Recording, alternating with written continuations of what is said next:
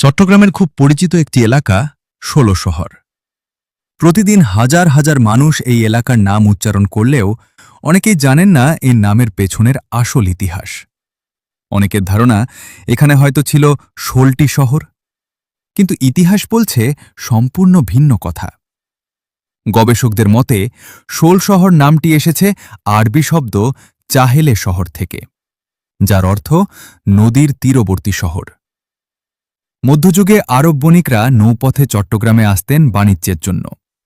তখন কর্ণফুলী নদী আজকের চেয়ে ভিন্ন পথে প্রবাহিত হতো, আর নদীর ঠিক পাশেই ছিল এই এলাকা। সেই কারণেই আরব বণিকরা এই জায়গাকে ডাকতেন চাহেলে শহর নামে।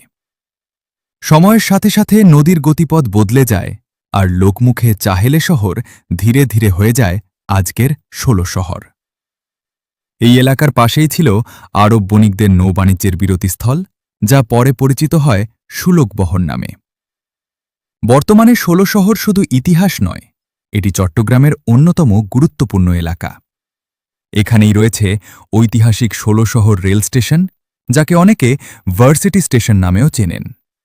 অর্থাৎ ষোলশহর শুধু একটি নাম নয়, এটি চট্টগ্রামের ইতিহাস, নদী আর বাণিজ্যের জীবন্ত স্মৃতি।